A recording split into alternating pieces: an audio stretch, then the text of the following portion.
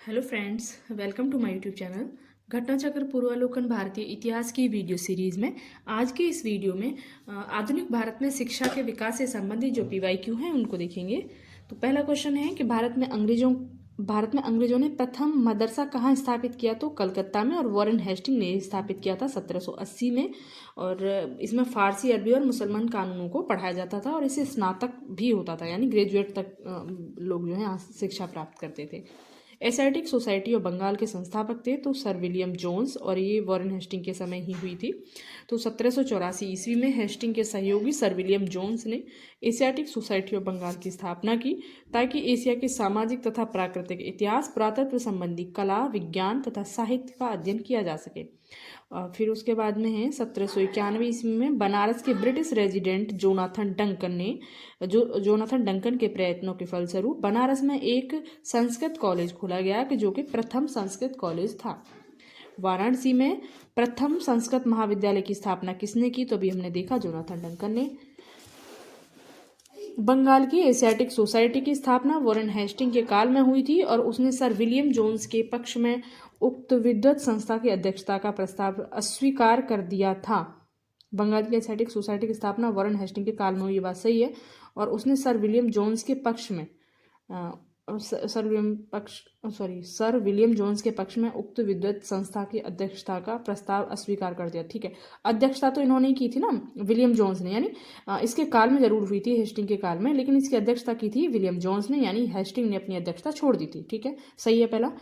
इसका कारण दे रखा है कि वॉरेन हेस्टिंग स्वयं एक उद्भट विद्वान तथा प्राच्य विद्या का प्रखर समर्थक था, जो संस्कृत, फारसी व अरबी के अध्ययन को प्रोत्साहित करता था। ठीक है, तो इसके काल में इसकी एशियाटिक सोसाइटी की स्थापना होती है। क्यों होती है? क्योंकि भाई वो स्वयं विद्वान था और अरबी फारसी के अध्ययन को प्रोत्साहित करता था। तो इसमें ए और आर दोनों सही हैं और आर कथन ए की सही व्याख्या करता है। ठीक है, निम्नलिखित में से किसे पेरिस की रॉयल एशियाटिक सोसाइटी की सदस्यता प्रदान की गई? तो माइकल मधुसूदन दत्त को पेरिस की रॉयल एशियाटिक सोसाइटी की सदस्यता माइकल मधुसूदन दत्त को प्रदान की गई। द एशियन सोसाइटी की स्थापना 1822 में की गई थी। वर्ष 1829 के शाही फरमान द्वारा इसकी स्थापना की पुष्टि कर दी गई। निम्नलिखित अंग्रेजों में से कौन सा जिसने सर्वप्रथम भगवत गीता का अंग्रेजी में अनुवाद किया? तो चार्ल्स विलिंग्टन ने, जो कि वॉरेन हेस्टिंग के काल में ही हुआ था। निम्नलिखित में से किसने कालिदास की प्रसिद्ध रचना शकुंतला का, अभिज्ञान शाकुंतलम जिसे कहते हैं, शकुंतला का पहली बार अंग्रेजी में अनुवाद किया? तो सर विलियम जोन्स ने किया था। Sir William Jones Warren Hasting के समय कलकत्ता उच्चतम न्यायालय के न्यायाधीश नियुक्त हुए। इनकी प्रेरणा पर 1784 ईस्वी में एशियाटिक सोसाइटी की स्थापना हुई एवं वे स्वयं इसके सभापति नियुक्त हुए। इस संस्था ने एशियाटिक रिसर्चेज नामक पत्रिका के माध्यम से भारत के अतीत को प्रकाश में लाने का कार्य किया। इसी क्रम में उन्होंने 1789 ईस्वी में कालिदास रचित अभिज्ञान शाकुंतलम का अंग्रेजी में अनुवाद किया एवं इसके 5 संस्करण प्रकाशित किए। स्वतंत्रता पूर्व अवधि में ब्रिटिश सरकार द्वारा भारत में आधुनिक शिक्षा के प्रसार का मुख्य उद्देश्य क्या था? द्विभाषीय वाली बात याद है ना? तो इसका उद्देश्य, उनका क्या उद्देश्य था कि छोटे प्रशासनिक पदों पर नियुक्ति हेतु शिक्षित भारतीयों की आवश्यकता है ना। तो शिक्षित भारतीयों की आवश्यकता क्यों थी? क्योंकि उनका जो प्रशासनिक कार्य है वो सहज हो जाए, है ना। भाई बड़े प्रशासनिक पदों पर तो उन्हें नियुक्त करना नहीं था, यानी उनको अधिकार वैसे तो देने नहीं थे, लेकिन इतने भी अंग्रेज तो यहाँ आ नहीं सकते थे ना कि वो सारे उनके प्रशासनिक पदों को भर सके। तो भारतीयों की तो ज़रूरत पड़नी ही थी। ठीक है, तो छोटे प्रशासनिक पदों पर नियुक्ति हेतु शिक्षित भारतीयों की आवश्यकता। भारतीय संस्कृति को प्रोत्साहन, ऐसा कुछ उनका मतलब उद्देश्य नहीं था। ब्रिटिश सरकार के किस अधिनियम ने सबसे पहली बार शिक्षा के लिए 1 लाख रुपए निर्धारित किए? तो 1813 में। हालांकि ये कभी भी खर्च नहीं हो पाए थे। वुड डिस्पैच, इसको हम किस लिए जानते हैं? आधुनिक शिक्षा का मैग्ना कार्टा के रूप में। वुड डिस्पैच के बारे में निम्नलिखित में से कौन सा कथन सत्य है? सहायता अनुदान व्यवस्था ग्रांट्स इन एड शुरू की गई। विश्वविद्यालय की स्थापना की सिफारिश की गई। शिक्षा के सभी स्तरों पर शिक्षण माध्यम के रूप में अंग्रेजी की सिफारिश की गई। तो ये तो नहीं किया गया भाई। इसको ना पॉजिटिव तरीके से देखा जाता है शिक्षा के क्षेत्र में। अगर सभी स्तरों पर अंग्रेजी की सिफारिश कर दी जाती तो ये नेगेटिव प्रभाव होता ना कि इसका पॉजिटिव, क्योंकि अगर बचपन से ही बच्चे को अंग्रेजी में शिक्षा दी जाएगी तो वो शिक्षा जो है उसके लिए ज़्यादा यूज़फुल नहीं रहेगी, उसको ज़्यादा समझ नहीं आएगा, ठीक है। तो इसने ऐसा नहीं कहा था कि सभी स्तरों पर अंग्रेजी माध्यम होना चाहिए। हालांकि जबकि जो मैकॉले है उसने भी नहीं कहा था, उसने भी जो उच्च शिक्षण है मतलब ग्रेड आफ्टर 12th उसमें बोला था कि भाई वहाँ पर जो शिक्षा का माध्यम है वो अंग्रेजी होना चाहिए, ठीक है। तो इसमें पहला और दूसरा कथन है, पहला और दूसरा कथन सही है, तीसरा गलत है, ठीक है।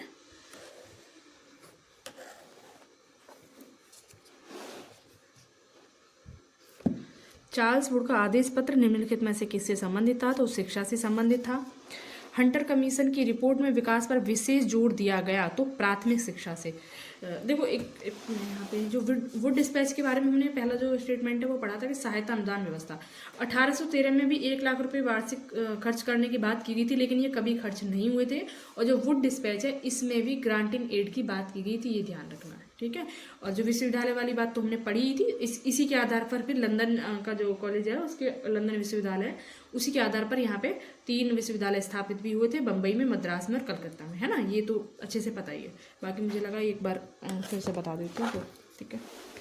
हंटर कमीशन के बारे में पूछा तो ये प्राथमिक शिक्षा से संबंधित है। ऐसे याद कर लेना कि भाई हंटर मतलब किस पे चल सकता है, बच्चों पे ही चल सकता है, बड़ों पे तो हंटर चला नहीं सकते, इस तरीके से याद रख सकते हो। प्रथम भारतीय शिक्षा आयोग की नियुक्ति किसने और किस वर्ष की? तो लॉर्ड रिपन ने की थी 1882 में।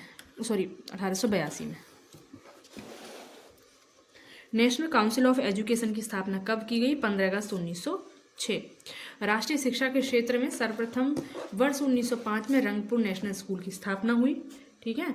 ये क्यों हुई थी? वही जो क्या बोलते हैं स्वदेशी आंदोलन के उस दौरान, ठीक है। 16 नवंबर 1905 को कलकत्ता में एक सम्मेलन का आयोजन किया गया। इस सम्मेलन में राष्ट्रीय साहित्यिक, वैज्ञानिक और तकनीक शिक्षा देने के लिए राष्ट्रीय शिक्षा परिषद यानी नेशनल काउंसिल ऑफ एजुकेशन स्थापित करने का फैसला हुआ। 15 अगस्त 1906 को राष्ट्रीय शिक्षा परिषद की स्थापना की गई।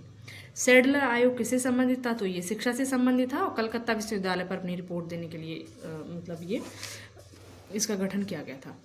शिक्षा में सुधार हेतु ब्रिटिश सरकार ने सैडलर विश्वविद्यालय आयोग कब नियुक्त किया? तो 1917 में।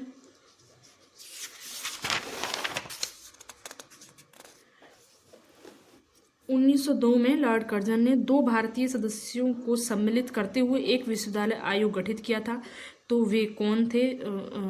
अच्छा, उनके नाम पूछे हैं।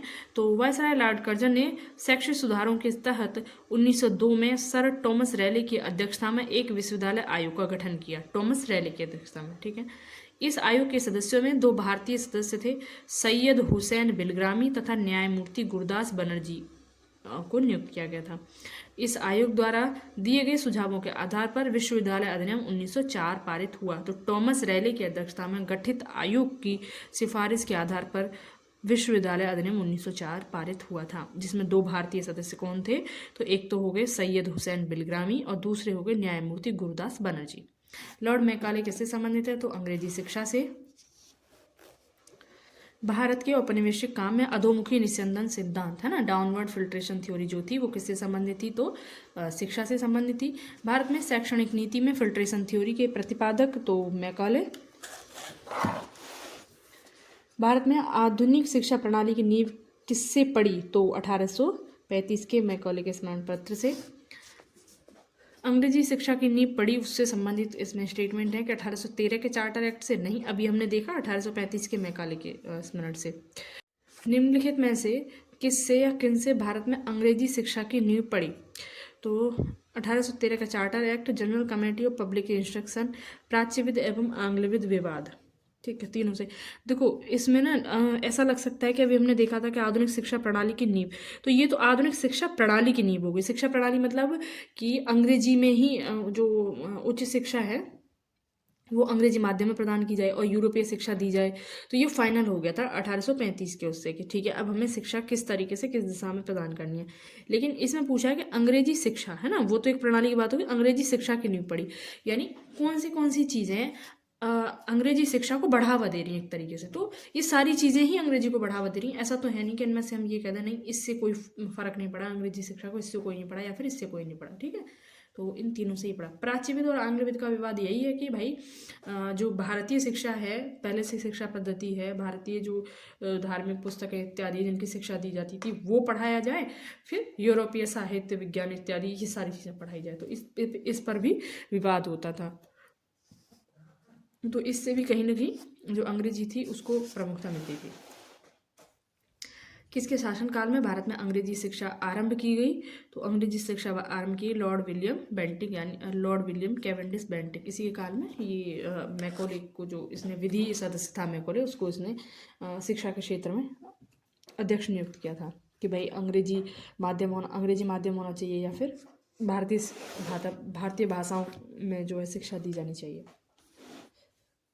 भारत में प्रथम 3 विश्वविद्यालय की स्थापना कब की गई? तो 1857 में, कलकत्ता, मद्रास और बम्बई में, जो कि भारत में अंग्रेजी शिक्षा का मैग्ना कार्टा कहे जाने वाले 1854 के चार्ल्स वुड के डिस्पैच को आधार बनाकर लंदन विश्वविद्यालय की तर्ज पर ब्रिटिश भारत में 3 विश्वविद्यालय यानी कलकत्ता, मद्रास और बम्बई की स्थापना की गई। किसके सतत प्रयत्नों से बम्बई में प्रथम महिला विश्वविद्यालय की स्थापना की गई? तो डी के कर्वे के अनुसार, ठीक है। और ये भारत रत्न इनको दिया गया था, ये भी हमने देखा था। डी के कर्वे के सतत प्रयत्नों से 1906 में बम्बई में प्रथम महिला विश्वविद्यालय की स्थापना की गई। ये महाराष्ट्र के समाज सुधारक एवं सामाजिक कार्यकर्ता थे। इन्होंने विधवाओं के उत्थान के लिए विधवा विवाह प्रतिबंध निवारक मंडली की भी स्थापना की। 1896 ईस्वी में उन्होंने पूना में विधवा गृह की स्थापना की। उन्होंने स्वयं एक ब्राह्मणी विधवा से विवाह किया। वर्ष 1958 में उन्हें भारत रत्न प्रदान किया गया। डेक्कन एजुकेशन सोसाइटी की स्थापना से कौन संबंधित था? तो बाल गंगाधर तिलक। डेक्कन एजुकेशन सोसाइटी की स्थापना 1800 ईस्वी में मूलतः न्यू इंग्लिश स्कूल के प्रारंभ के साथ पुणे में की गई थी तथा 1884 में डेक्कन एजुकेशन सोसाइटी औपचारिक रूप से गठित की गई। इस संस्था के संस्थापकों में थे वी.के. चिपलुकर, बाल गंगाधर तिलक, M.B. नामजोशी, गोपाल गणेश आगरकर। जस्टिन रानाडे इस सोसाइटी के संस्थापक नहीं बल्कि इसके 5 संरक्षकों में से एक थे। देखो, जस्टिस रानाडे का नाम बहुत ज़्यादा जुड़ा हुआ डेक्कन एजुकेशन सोसाइटी से, लेकिन इसके संस्थापकों में इनका नाम नहीं आता। निम्नलिखित कॉलेजों में सर्वप्रथम किसकी स्थापना हुई थी? तो हिंदू कॉलेज कलकत्ता की, जो कि भाई पहले तो मदरसा की स्थापना हुई और उसके 11 साल बाद करीब वो तो बनारस का था, बनारस संस्कृत कॉलेज 1791 में जो होता है। इसमें हो रहा है कि हिंदू कॉलेज कलकत्ता, जो कि राजा राम मोहन रॉय के प्रयासों से हुई थी। ओके, राजा राम मोहन रॉय आधुनिक शिक्षा के सबसे प्रारंभिक विचारकों में से एक थे। 1817 में उन्होंने डेविड हेयर एवं अलेक्जेंडर डफ के साथ मिलकर कलकत्ता में प्रसिद्ध हिंदू कॉलेज की स्थापना की। मेयो कॉलेज की स्थापना 1875 में, अजमेर में मुस्लिम एंग्लो ओरिएंटल कॉलेज की स्थापना 1875 में अलीगढ़ में हुई और दिल्ली कॉलेज की स्थापना 1824 में हुई। Mohammedan Anglo oriental college Aligarh की स्थापना 1875। डेविड हेयर और अलेक्जेंडर डफ के साथ मिलकर निम्नलिखित में से किसने कलकत्ता हिंदू कॉलेज की स्थापना की? राजा राम मोहन रॉय ने 1817 में डेविड हेयर द्वारा प्रसिद्ध हिंदू कॉलेज की स्थापना की गई थी, तो कलकत्ता में। भारत में औपनिवेशिक शासन के दौरान शैक्षणिक संस्थाओं के संदर्भ में निम्नलिखित युग्म पर विचार कीजिए। यहाँ संस्थान है, इनके संस्थापक दे रखे हैं। तो बनारस का संस्कृत कॉलेज जोनाथन डंकन के काल में हुआ था, तो ये तो गलत हो गया है ना। विलियम जोन्स तो एशियाटिक सोसाइटी के संस्थापक हैं। कलकत्ता मदरसा, ये बिल्कुल सही है। और फिर है कि ये फोर्ट विलियम कॉलेज, ये आर्थर वेलेजली से संबंधित नहीं है, लॉर्ड रिचर्ड कोले वेलेजली से संबंधित है, ठीक है। वेलेजली ने कलकत्ता में फोर्ट विलियम कॉलेज की स्थापना की क्योंकि कारण पूछ रखा है, तो वह ब्रिटिश नागरिकों को भारत में प्रशासन हेतु प्रशिक्षित करना चाहता था, ठीक है। कलकत्ता में ईस्ट इंडिया कंपनी के तत्कालीन गवर्नर जनरल वेलेजली द्वारा 10 जुलाई 1800 को फोर्ट विलियम कॉलेज की स्थापना की गई।